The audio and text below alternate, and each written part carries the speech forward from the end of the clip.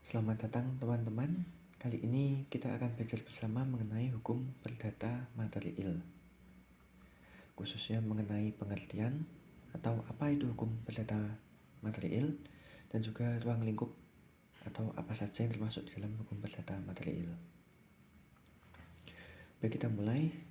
Secara umum hukum itu dibagi menjadi dua berdasarkan ranah apa yang diatur, yaitu hukum yang mengatur ranah privat atau hukum perdata yang nanti akan kita pelajari, hukum perdata, dan juga hukum yang mengatur ranah publik atau hukum pidana. Seperti namanya, hukum privat atau perdata mengatur hal-hal yang sifat hubungannya itu antar individu. Sementara kalau hukum publik atau hukum pidana mengatur hal-hal yang berkaitan dengan masyarakat luas. Penentuan mana yang termasuk ranah hukum privat dan juga mana yang termasuk ranah hukum publik itu memang sering bersinggungan dan sulit ditentukan secara pasti, karena ini berkaitan erat dengan ideologi dan juga politik. Sebagai contoh, mengenai apakah negara berhak untuk memeriksa isi handphone Anda sekalian. Kalau dari ranah privat, hal itu bisa jadi melanggar privasi, jadi bisa jadi tidak berhak.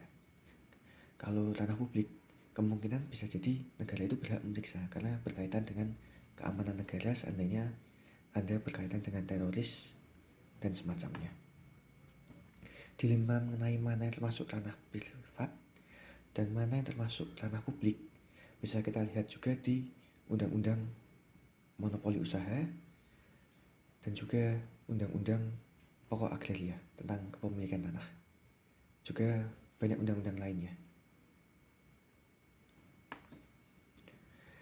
Sebagai aplikator, salah satu cara termudah untuk membedakan mana yang termasuk ranah privat dan ranah publik itu melihat dari sanksi hukumnya. Kalau sanksinya sebatas sanksi perdata seperti ganti rugi,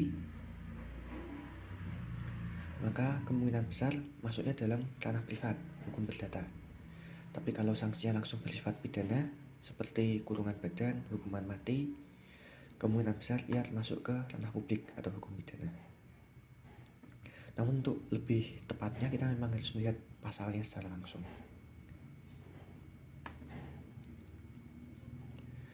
Kemudian hukum privat atau hukum perdata sendiri terdiri dari dua bagian, yaitu hukum perdata material dan hukum perdata formil.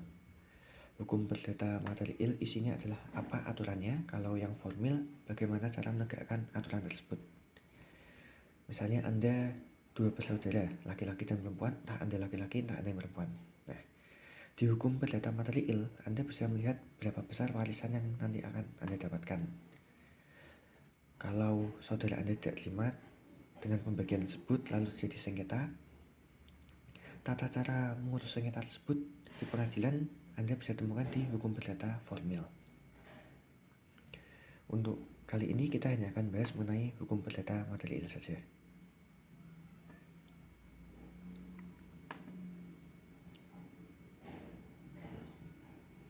Karena hukum perdata formil itu punya mata kuliah sendiri, hukum acara perdata nanti. Kemudian dari mana kita tahu hukum perdata material yang dipakai di Indonesia rujukannya kemana? Apa saja hukum perdata material yang dipakai di Indonesia? Awalnya rujukan hukum perdata material di Indonesia itu hukum adat. Kemudian sudah masuknya agama Islam, rujukan kita punya hukum adat dan juga hukum Islam. Lalu setelah penjajahan Belanda ada hukum adat, hukum Islam, dan KUH Perdata yang sebenarnya masih kita pakai sampai sekarang. Dikenal juga KUH Perdata saat itu istilahnya BW dari istilah Belandanya. Kemudian pada tahun 63 Mahkamah Agung mengeluarkan surat keputusan SEMA nomor 3 tahun 1963. Berdasarkan surat keputusan tersebut, KUH Perdata tadi dikurangi 8 pasal. Sampai sekarang ini keputusan terakhir itu yang kita pakai sebagai rujukan hukum perdata material di Indonesia.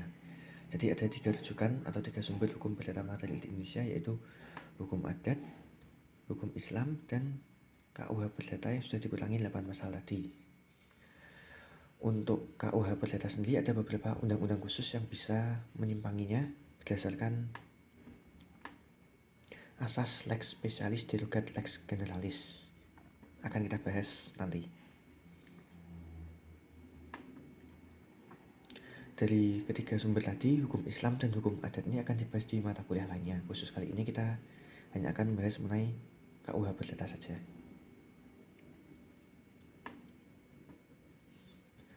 KUH Perdata itu terdiri dari KUH, singkatannya adalah Kitab Undang-Undang Hukum. Nah, KUH Perdata berarti Kitab Undang-Undang Hukum Perdata. Kalau yang belum tahu. Nah, terdiri dari 4 bagian. Kalau sebutannya di kitabnya sendiri itu adalah buku. Dari buku 1 tentang orang, buku 2 tentang benda, buku 3 tentang perikatan, dan buku 4 tentang pembuktian dan daluarsa. Itu adalah pembagian berdasarkan KUH Perdata sendiri. Sementara kalau secara teori atau secara doktrin hukum perdata material itu biasanya dibagi dari hukum tentang orang, hukum tentang keluarga, hukum tentang kekayaan baik yang sifatnya absolut maupun relatif, dan juga hukum waris. Ini gambar ini menunjukkan kaitan antara KUH Perdata dengan doktrin atau teori-teori hukum tentang hukum perdata material. Buku 1 KUH Perdata memuat secara teori, secara doktrin memuat hukum tentang orang dan juga hukum tentang keluarga. Sementara kalau buku 2-nya tentang benda ini memuat tentang kekayaan absolut dan hukum waris. Buku 3-nya tentang perikatan memuat tentang hukum tentang kekayaan relatif. Untuk buku 4 ini secara teori dia tidak masuk ke dalam hukum perdata material, tetapi masuk dalam hukum perdata formil karena menyangkut tata cara, bukan tentang aturannya tapi menyangkut tentang tata cara, pembuktian, dan daluarsa atau batas waktu perikatan hukum.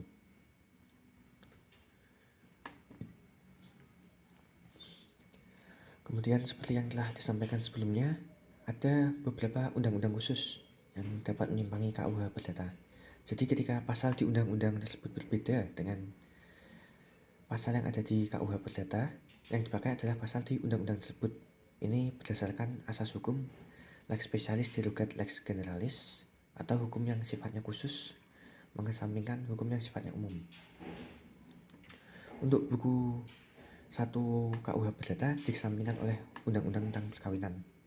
Misalnya, salah satu pasal yang berbeda itu mengenai batas usia dewasa. Nah, lalu buku 2 ini dapat dikesampingkan oleh Undang-Undang Pokok Agraria dan Undang-Undang Hak Tanggungan. Untuk buku ketiga mengenai perikatan ini dikesampingkan oleh asas hukum asas kebebasan berkontrak. Nah, pada mata kuliah hukum perdata ini selanjutnya akan membahas lebih dalam mengenai ketiga buku dalam KUH Perdata tadi dan undang-undang serta asas khusus yang menyimpanginya. Sekian pembahasan mengenai pengertian dan juga ruang lingkup hukum perdata material. Terima kasih. Ini tujuan pembelajaran yang tadi materi yang sudah kita pelajari. Saya lebih suka menyajikan tujuan pembelajaran di akhir video. Karena kalau di awal ibaratnya kita menonton film, kita sudah melihat endingnya. Jadi minat menyimaknya berkurang, lalu ikatan emosionalnya justru tidak membekas. Bisa dibaca sendiri, materinya sudah kita pelajari tadi. Untuk memperdalam materi tadi bisa dipelajari di hukum perdata edisi kedua karya Prof. Rosa Agustina dan kawan-kawan, terbitan Universitas Terbuka. Juga tidak untuk buku-buku mengenai hukum perdata lainnya, namun yang saya jadikan rujukan memang buku ini. Demikian yang dapat saya sampaikan. Mohon maaf untuk segala kesalahan baik yang disengaja maupun tidak. Sampai jumpa. Terima kasih.